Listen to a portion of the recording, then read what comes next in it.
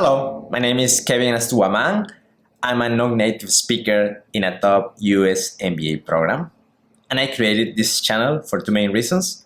First, to share my experience and struggles with you in order to make you feel less alone in this journey. And second, my second objective is to practice more English. And I see that the best way to do it is by practicing a lot, talking loudly. Since I love making YouTube videos, I feel that this is the best way to do it for me and also to contribute at the same time to you. Welcome to this journey. I'm gonna see what time is it. So it's 1:21 a.m. Wow, I don't know how to start. Okay, let's do it. This is going to be a pretty informal video because I'm just going to spit the words out of my mouth according to what I have been experiencing lately. I'm a non-native speaker. I was born and raised in Peru, and I'm trying my best to thrive in a top MBA program in the United States. I'm a current MBA student at Berkeley Haas, which is a popular MBA program here. And I wanted to create this channel because I see YouTube as a place to share the improvements and to share the journey in a more funny way. I enjoy making videos. I have a Spanish YouTube channel where I talk about personal finance, banking products as well, personal investment, but most of all of my content is in Spanish. So I wanted to create a space where I can achieve two things. First, my first objective is to create a channel aimed for non-native speakers in US and to share the challenges that I have that I'm having here. And the second thing here is to also practice more English, because I see that the only way that I can thrive here is committing myself to practice a lot. The only way to do that is by creating videos, because I enjoy making videos. I enjoy doing that.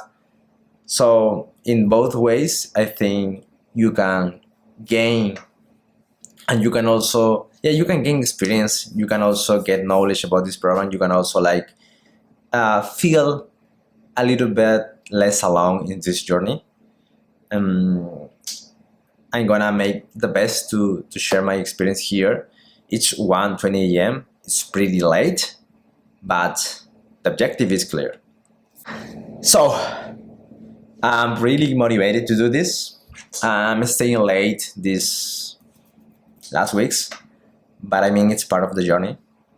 What I'm going to talk about in this video is about the challenges that I have been experiencing lately. There are many challenges here.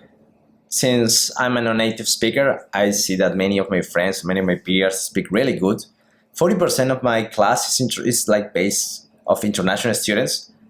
I mean, it's a really big chunk of students coming from international countries. But the reality behind that is that many of them are really good at speaking English. Perhaps they had studied before English in their countries.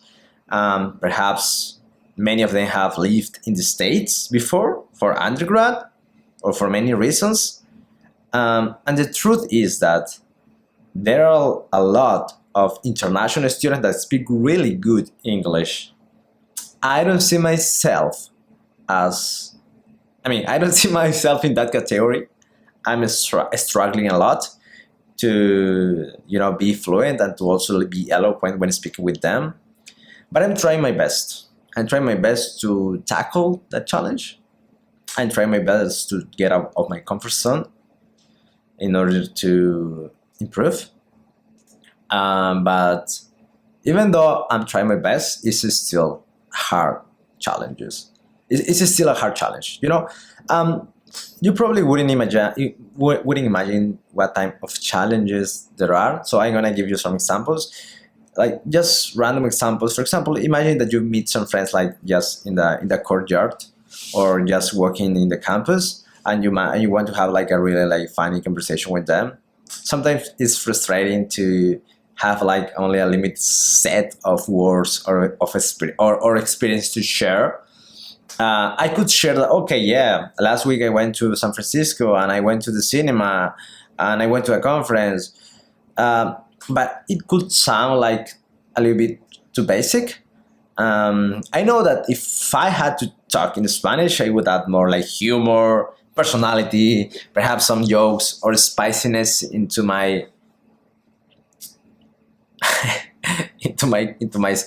that story I wanted to tell. But since English is not my native language, it's hard to do that. And the problem that when you don't like customize your story and you don't make it like interesting is that people don't feel engaged. That's the truth. So as a non-native speaker, my main struggle is making people feel engaged to what I'm talking about. Because in the moment that I don't like translate the ideas, it's clear that they start paying less attention. I mean, they don't do that on purpose, but it's that non-verbal communication, you know? Whenever like I feel like lost in my words, perhaps also I commit that mistake. I also like tend to look to another place, you know, like, I don't know, trying to find the word in my head. And since I, you know, move my head to another place, that kind of disconnects the interaction, and that doesn't help to, you know, to build a really interesting, you know, conversation between me and them. When I do that, they also feel disengaged, and that leads to like not meaningful conversations. And it's hard, you know. It's hard because in Spanish, I feel that I'm pretty like eloquent. I'm more extroverted. I know that I usually like to be sarcastic many times. That's like, I mean, my way of communicating. But in English, it's not my basic language, and my native language, and I feel limited to express like a broad, like, you know, a broad set of emotions, a broad set of like, you know, just, you know, to express myself in a more like customized way, if I would say. So, yeah, that has been one of my main challenges lately. I know how to communicate. I'm really good at understanding English. My main problem is speaking it, and also speaking it in a way to make people feel engaged. Because what also happens, that's the second point, not only, I was talking probably mostly the first part about storytelling, you know. I mean, you could like argue that that is not as important as communicating properly. And that is my second point, because sometimes I mispronounce words and people start not, I mean, they start like missing out my main message. Whenever like I kind of like, I don't know, pronounce something really bad, they sometimes like see me like, okay, wait, what are you doing? What are you saying? They are trying their best to decipher what I'm talking about. And I see that when that happens, and I also like try to repeat what I said, but it's exhausting, it's demanding, it's like mentally taxing, to do that like every day. That's why like I want to practice more in order to like avoid committing those like basic mistakes. But those are like the main biggest challenges that I have been facing lately. The storytelling, to make people feel engaged to what I'm saying, and second, to avoid committing mistakes. I would say that there is a third one that is probably going to be really hard to master, but I'm pretty sure that with time I'm gonna be able to master it, which is, you know, sounding native. I was watching a video recently about that, and it's really hard, but the only key here is practicing, and also like having help or receiving help from native speakers. I feel I have like a lot of American friends that would be willing to help. They're pretty friendly. MBA students are like really, really, really active, energetic, and they're really like open to help. So I feel that I'm gonna be able to receive that support. The only thing that is missing is, my part, my contribution, me putting the effort, the hours, and practicing. So yeah, I would say those 3 points in summary: storytelling, grammar mistakes or pronunciation mistakes, and yeah, basically sounding like a native. Yeah, that's it. Those would be. Um, so why would you think I'm like? Why would you think like I'm like really like doing this like with that enthusiasm, with that commitment? It's because I have had like two bad experience with interviews recently, 2 months ago, the latest one, and probably like 3 to 4 months ago, the previous one. Um, I'm gonna pause here to share you why I'm pursuing an MBA. It's because I want to get a job. I would say that I had a really successful career in Peru as a product manager in retail banking business, managing financial products for small and medium enterprises. Um, but I felt that I needed a level up, that I needed like to, you know, be challenged in another way. Once I heard that whenever you feel that you are like the smartest guy in the room, whenever you feel that, it's time to move on. So I didn't feel like the smartest like guy in the room with my colleagues from my previous job, but I feel I was one of the smartest, not the smartest one for sure, but one of them. And at that point, I felt that I needed like to keep growing. I felt that I have learned too much from my bosses and my superiors, but it was a point where I felt that I wasn't learning too much from them after like many years working with them. I feel that you reach a point where the marginal knowledge is not too much compared to the first like periods where you work with these people. So I decided to apply to an MBA school because I forecasted, I was right, but I was also expecting to be the one of the dumbest guy in my classroom in an MBA. It's particularly in a top MBA program. And today I'm experiencing that. And I'm happy. I'm happy for that. Don't misunderstand me. I'm not like, even though I'm stressed and you would say a lot of things, but I'm really like mentally challenged. And I love that because it gives me a purpose, like to wake up every day. It gives me that fuel to also like,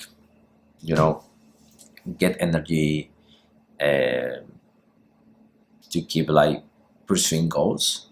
And also it gives me that adrenaline that I think I need in my life in order like to achieve things. Otherwise, I would probably be like just slacking and sleeping and just perhaps, I don't know, playing video games.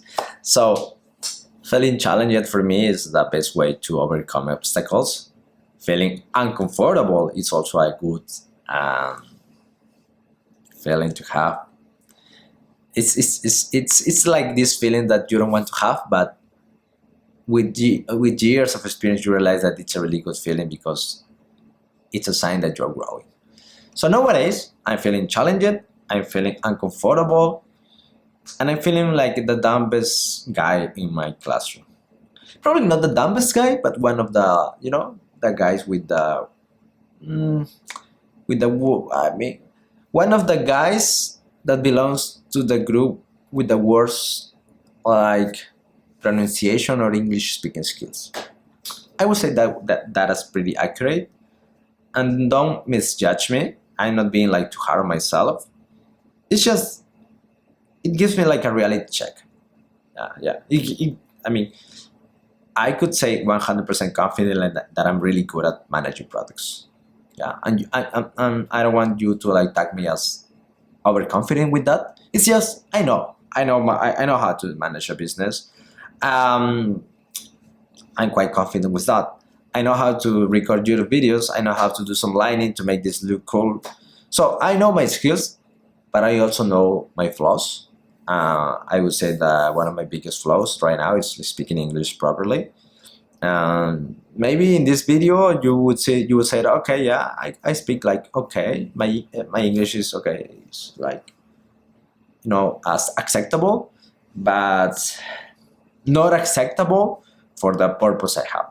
What is the purpose? Is getting a job in the States in a really like complicated market, a lot of layoffs here. I'm studying in Berkeley House, which is located in San Francisco, California. The tech market is really complicated right now.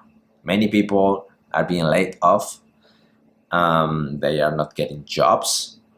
And there is a lot of talent, a local talent there. And I'm competing with them. So imagine you are a hiring manager and you want to hire someone like to take charge of, I don't know, a really important product.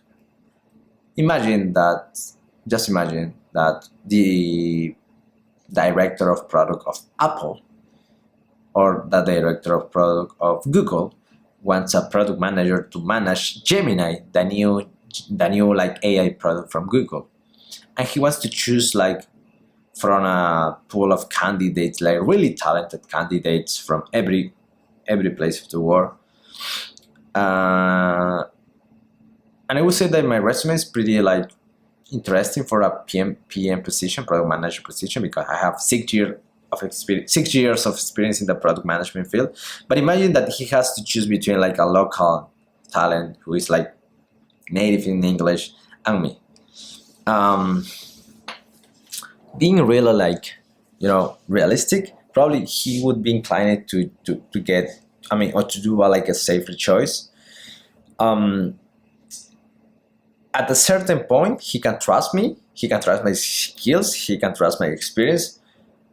But if he ever feels that I'm not communicating properly, I'm not delivering the same the message, I'm not like convincing people with my eloquence, that's when he's gonna look for another potential candidate.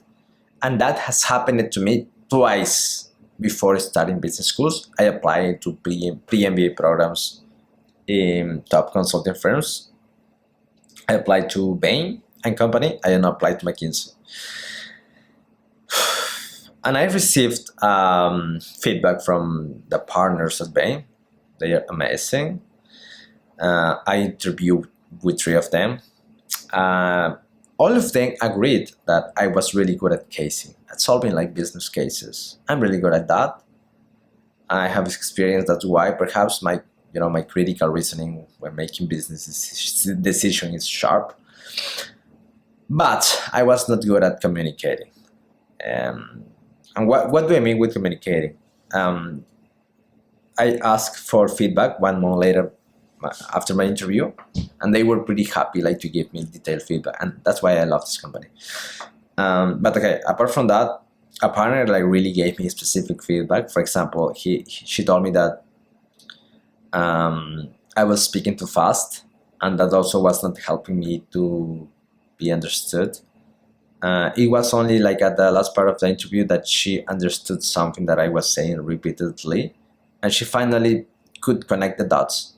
But it happened like at the end. And if you're interviewing with someone, you want to make that person like feel engaged with what you're saying.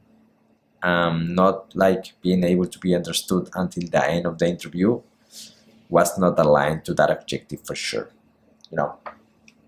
So yeah, that's what she told me.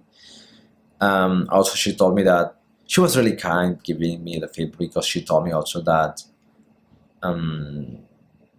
something like this. I would imagine you're really smart, Kevin, and you're thinking really fast. And perhaps because you're smart and you're thinking really fast, you were trying to speak in that pace, and that also didn't play in your favor. So she was just saying me that, okay, slow down to speak, man.